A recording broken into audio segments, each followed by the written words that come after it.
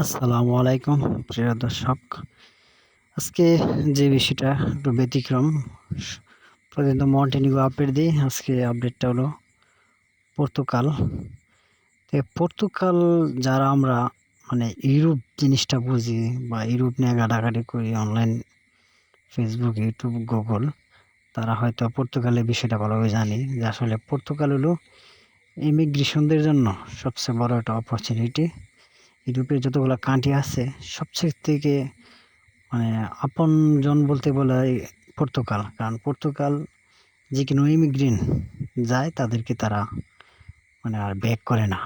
তাদেরকে দেশে থাকার জন্য একটা সুযোগ করে দেয়। তো এই বিষয় নিয়ে কথা বলবো যে পর্তুগাল বিশ্বের যারা ওদেশে গিয়ে ইমিগ্রেন্ট হতে চাইছিল, নাগরিক হতে চাইছিল বাংলা ভাষায়, তাদের জন্য অনেকটা দুর্ভাগ্য।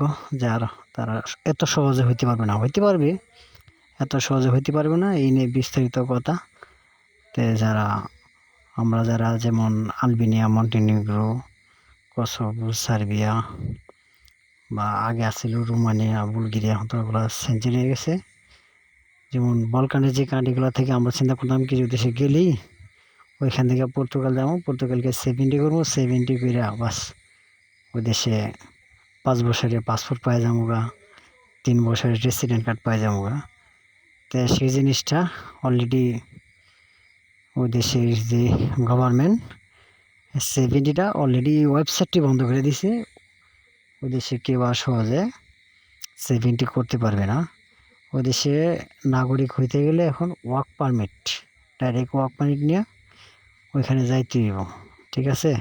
কিন্তু আগে তো দেখা গেছে আপনার জলপথে যে কোনোভাবে ওইখানে যাওয়ার পরে আপনি যে হোটেলে উঠবেন, এই হোটেলের মানে একটা পেপার আছে, ওই পেপারটা নিয়ে 70 যে ওই অফিস আছে, ওই অফিসে গেলেই আপনি ওই দেশে সেফ, ওই দেশে আপনি ঢুকছেন এত তারিখে, এত তারিখ থেকে আপনি ওই দেশের লিগেল।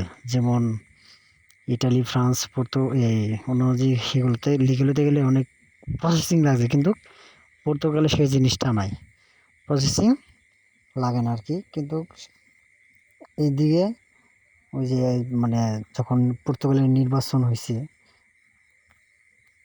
মানে পর্তুগালের যে নিয়মটা চেঞ্জ হয়েছে, আগে যে সরকার ছিল সেই সরকার ছিল হলো ইমিগ্রেশন পন্থী, ইমিগ্রেশনের প্রতি মায়া মহব্বত ছিল, বা ইমিগ্রেশন ওই দেশে করার জন্য তাদের রুলটা চালু ছিল। কিন্তু এখন নির্বাচনের পরে যে সরকারটা আছে ডানপন্থী, এই সরকারটা ইমিগ্রেশনের প্রতি এত ইয়া নয় আর কি, যে ইমিগ্রেশন আমার লাগবে বা ইমিগ্রেশন সুযোগ সুবিধা, যার কারণে তারা 70টা বন্ধ করে দিছে। 70টা এখন আর চালু নাই, এই ওয়েবসাইটও নাকি অফিসও নাই অলরেডি। এটা মনে করে নিউজ টিউজে সবখানে যারা পর্তুগালে আছে তারা সবাই জানে। যেমন আমার একটা বন্ধু পর্তুগালে আছে, ওর কাছ থেকে বিস্তারিত শুনলাম, তখন ভাবলাম যে এই নিয়ে একটা ভিডিও দেওয়ার দরকার, তাই আপনাদের সামনে এই ভিডিওটা নিয়ে আসলাম। তো আপনারা সার্বিয়াতে, মন্টিনিগ্রো, যেখান থেকে আপনারা পর্তুগালে যাইতে পারলেই আল্লাহ, ভিসা হোক, ভিসা ছাড়া হোক, সাদা পাসপোর্ট হোক, যে কোনোভাবে ও দেশে যাইতে পারলে একটা 70 করতে পারলে, পাসপোর্ট ছাড়াই 70 করা যেত। তা আপনারা ওইখানে সেফ থাকতেন বা 3 বছর আপনারা ওই দেশের রেসিডেন্ট কার্ড পাইতেন, যেটা এখন আর সম্ভব না।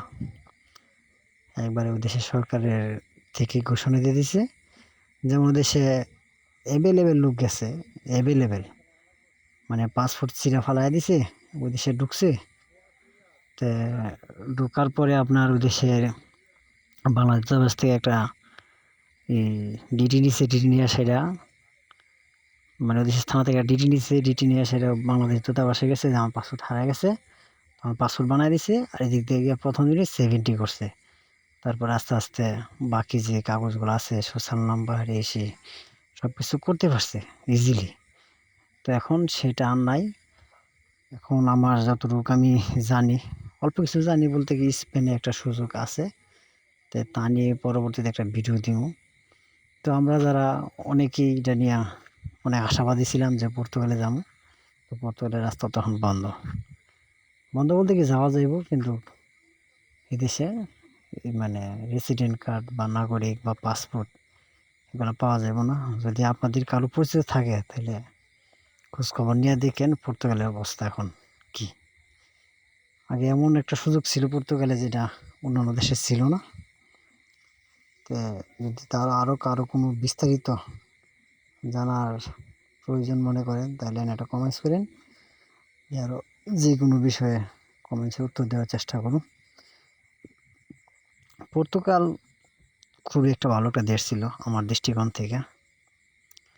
মানে এত সহজে নাগরিকত্ব দিত, এটা ইউরোপের কোনো একটা দেশে এরকম ছিল না যেটা পর্তুগাল ছিল।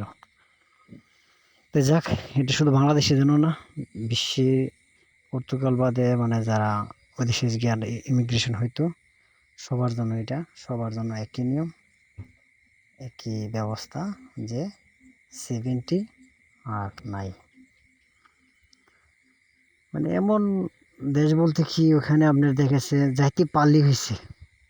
আমরা তো আশা ছিল যে সবাই যে ওখানে যাইতে পারলিছে, যারা গেছে তারা তো অনেকে কার্ড পায়ে গেছে গা, অনেকে অবস্থা আছে, কিন্তু এই 1 তারিখের পর থেকে আর কোনো 70 তো অলরেডি ওয়েবসাইটটি তো বন্ধ করে দিছে। তো যাক, কথা আর বেশি না বলি, তারপর যদি কারো কোনো বিস্তারিত জানা থাকে কমেন্টস করেন। আর যদি চ্যানেলটা সঠিক তথ্য মনে হয় তো সাবস্ক্রাইব করেন। আর অন্যান্য দেশ নিয়ে ভিডিও থাকবো। তো সবাই ভালো থাকেন, আল্লাহ হাফেজ, সবাইকে শুভরাত্রি। আর কি বলবো, আরেকটা বিষয়, যারা পর্তুগালে ওয়ার্ক পারমিট নিয়ে ঢুকতে পারবেন তারা আবার পাইবেন, কিন্তু পর্তুগালে তো ওয়ার্ক পারমিট অ্যাভেলেবেল হয় না। এত অ্যাভেলেবেল পারমিট হলে যেমন ফ্রান্স, জার্মানি যেরকম হয় এরকম হইব, তো এত অ্যাভেলেবেল ওয়ার্ক পারমিট হইব না। ওকে, ধন্যবাদ সবাইকে, আল্লাহ হাফেজ।